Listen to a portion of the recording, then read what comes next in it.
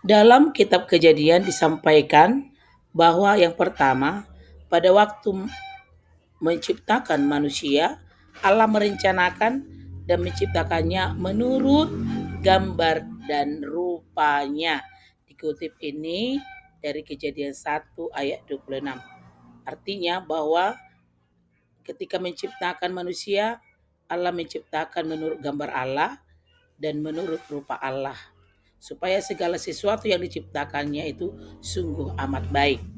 Yang kedua, sewaktu menciptakan manusia,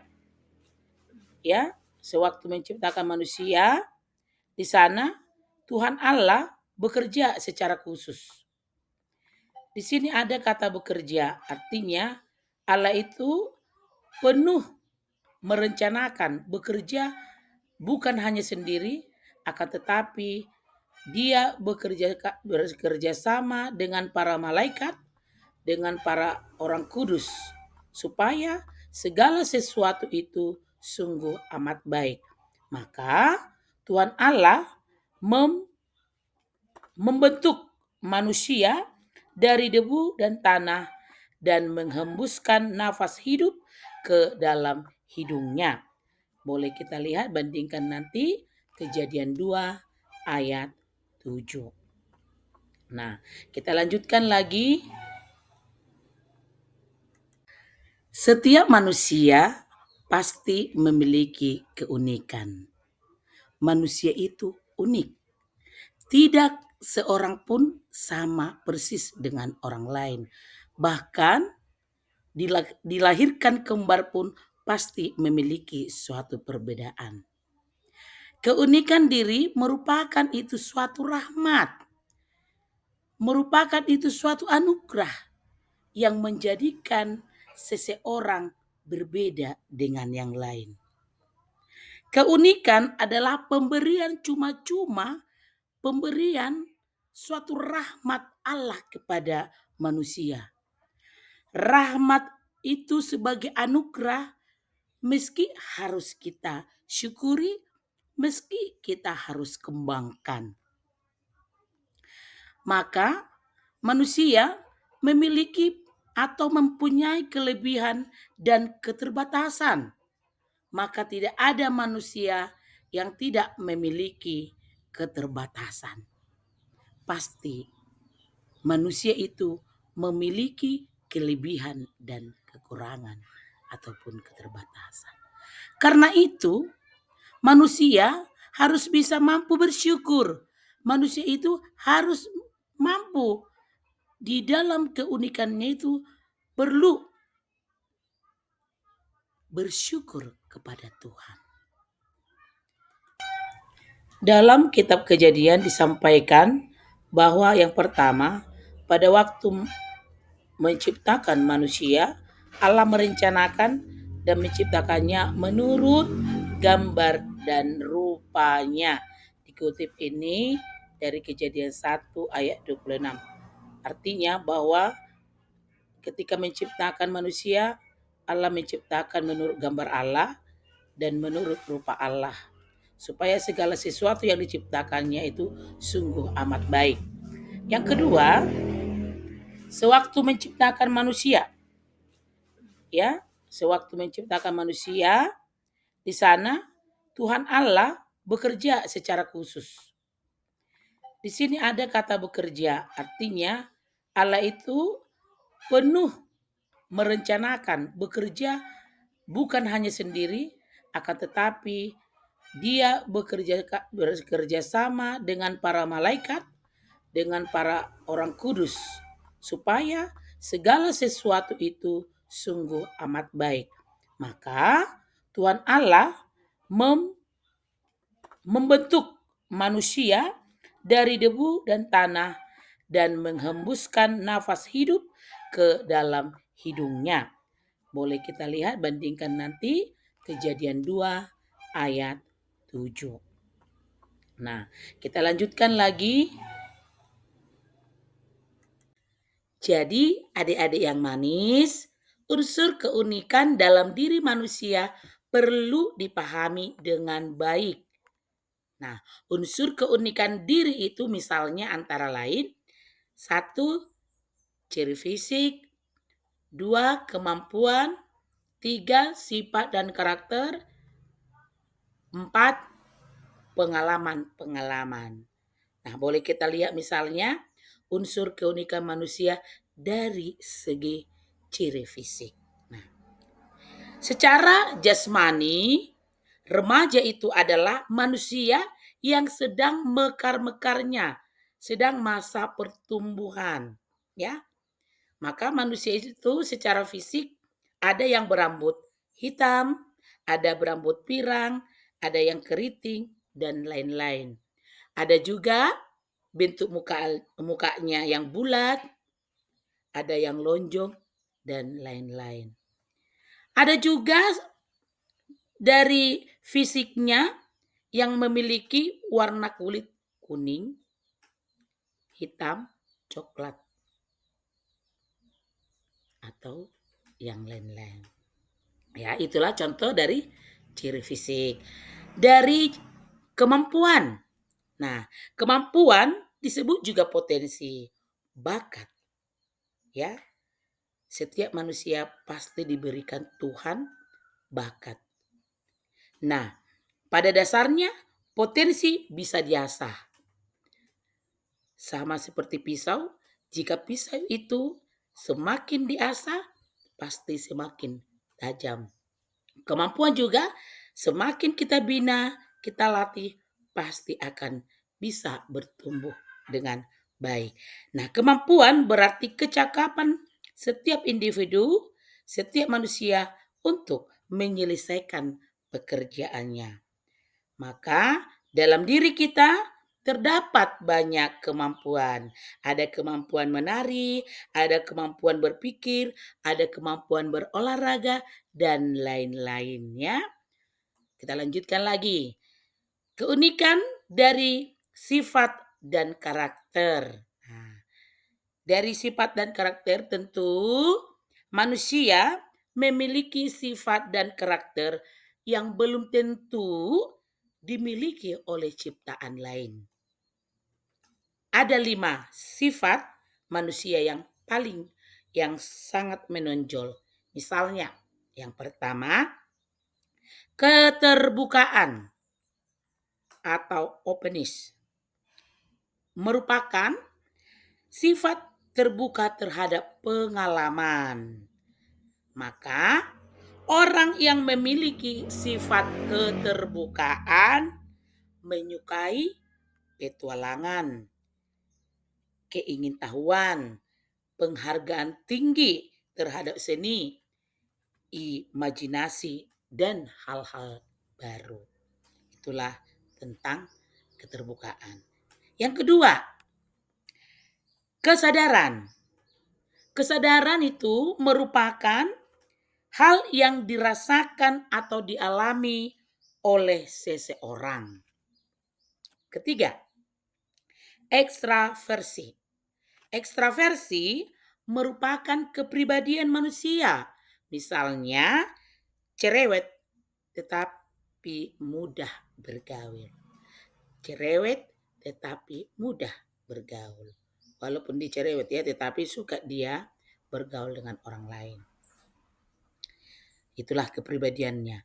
Yang keempat, kesesuaian.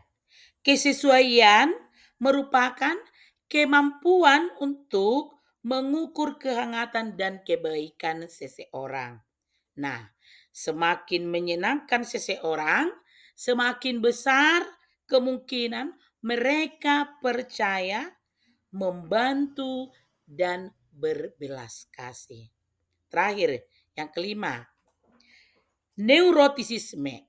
Neurotisisme itu merupakan sifat yang mudah khawatir dengan banyak hal. Itulah 5 sifat dan karakter yang dimiliki oleh manusia yang sangat menonjol. Keunikan manusia yang terakhir, tadi pengalaman-pengalaman. Nah, pengalaman dikatakan itu dalam pepatah itu mengatakan pengalaman adalah guru yang baik. Pengalaman adalah guru yang baik. Nah, pepatah ini mengandung makna bahwa dalam hidup ini dibutuhkan bekal, pengalaman agar dapat berjalan dengan baik dan kesalahan yang pernah dilakukan tidak terulang lagi. Nah, adik-adik, setiap manusia memiliki pengalaman hidup. Pasti ya. Pasti adik-adik memiliki satu pengalaman hidup. Pasti setiap manusia memiliki pengalaman hidup. Makanya dikatakan pengalaman adalah guru yang terbaik. Oke? Jadi, dalam Katekismus Gereja Katolik, artikel 371 sampai 373, nah disampaikan di sana bahwa laki-laki dan perempuan itu diciptakan untuk membentuk suatu persekutuan. Dikatakan juga dalam kitab suci, beranak cuculah dan bertambah banyaklah, penuhilah bumi. Kitab suci Kejadian 1 ayat 28. Artinya di sini bahwa inilah tugas dan tanggung jawab khusus laki-laki dan perempuan untuk memelihara dunia. Karena manusia adalah mitra dialog, mitra kerja Allah. Maka maksud dan tujuan penciptaan Allah yaitu bahwa laki-laki dan perempuan itu harus berpikir secara baru. Artinya di sana bahwa laki-laki dan perempuan itu harus berpikir secara baru, yaitu ketika seseorang mampu berkata bahwa pasangan diciptakan Tuhan sebagai penolong dan menjadikan bukti cinta Allah bagiku. Apabila saya menghormati dan mengasihi pasangan, itu berarti saya mencintai Allah. Misalnya, remaja laki-laki tidak akan merasa gengsi mencuci piring atau memasak apabila sudah terbiasa melakukan itu di keluarga. Karena itu, laki-laki dan perempuan diciptakan Tuhan untuk saling melengkapi dan saling menolong. Kita lanjutkan, kita lihat keluhuran manusia sebagai citra Allah. Kita adalah pribadi yang berharga. Kita diciptakan Allah sebagai citra, sebagai citranya, segambar dan serupa dengan Allah. Sepantasnya, setiap manusia itu harus saling menghormati. Setiap manusia itu harus saling menghargai, walaupun ada perbedaan antara laki-laki dan perempuan. Melalui perbedaan, manusia diajak untuk menyadari bahwa setiap pribadi mempunyai keutuhan, tidak hanya secara fisik, tetapi juga memiliki, setiap manusia mempunyai pikiran, mempunyai perasaan, ataupun tindakan. Nah, segalanya tidak bersifat fisik, akan tetapi harus bisa disadari oleh jiwa yang membuat manusia itu mampu untuk melakukan dan berkehendak. Karena itu, keluhuran martabat ini mampu dikembangkan, mampu ditanggung-jawabi supaya mampu kita lihat antara Allah dengan manusia segambar dan secitra dengan Tuhan. Nah, adik-adik yang baik, dalam kitab suci digambarkan dengan jelas bagaimana manusia diciptakan menurut gambar Allah yang memiliki martabat dan hak asasi yang sama di hadapan Allah. Jadi, manusia diberikan Allah kuasa untuk menguasai alam. Diberikan Allah kepada manusia supaya bisa menata, melestarikan, mengembangkan, dan menggunakan alam dengan bijak. Karena itu, Allah memberikan kepada manusia akal budi, hati nurani, dan juga tanggung jawab. Supaya manusia dapat mengelola dan bertanggung jawab atas ciptaan yang diberikan Tuhan kepada manusia. Nah, perbedaan membantu seseorang untuk selalu mawas diri dan tidak mudah untuk menghakimi karena itu adalah hak Allah. Jadi kita, adik-adik yang baik, tidak boleh menghakimi sesama kita manusia. Maka karena itu, Yesus mengajarkan kita untuk selalu mencintai, selalu menyayangi tanpa syarat. Boleh kita bandingkan nanti dalam kitab suci Lukas 10 ayat 25 sampai 37. Jadi demikian pembelajaran hari ini. Mari kita tutup dengan berdoa. Dalam nama Bapa dan Putra dan Roh Kudus. Amin. Bapa sumber penuh kasih, kami bersyukur ya Tuhan atas segala anugerah keluhuran-Mu yang senantiasa tercurah dalam diri kami. Semoga kami mampu ya Tuhan mengamalkan keluhuran dalam kehidupan kami sehari-hari, sehingga seluruh tindakan kami terarah padamu untuk selamanya. Kami mohon ya Tuhan, bantulah kami dalam usaha menjadi pribadi yang bertanggung jawab, yang senantiasa selalu bersyukur atas segala sesuatu yang Engkau berikan kepada kami.